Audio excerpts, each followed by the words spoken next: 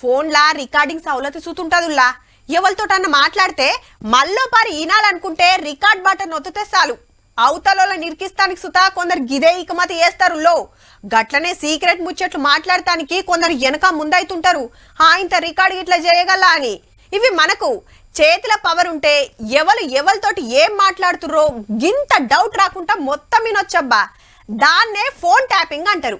చలో ఇక వార్తలకు పోదాం. ఇవాళ ఇంకో బీఆర్ఎస్ లీడర్ ఎంక్వైరీకి వచ్చిండు ఫోన్ ట్యాపింగ్ కేసుల. కల్వకుర్తి పాత ఎమ్మెల్యే జైపాల్ యాదవ్ సార్ ను గంటకు మీదనే క్వశ్చన్ అడిగి పంపించేసిరు సిటీ ఆఫీసర్లు.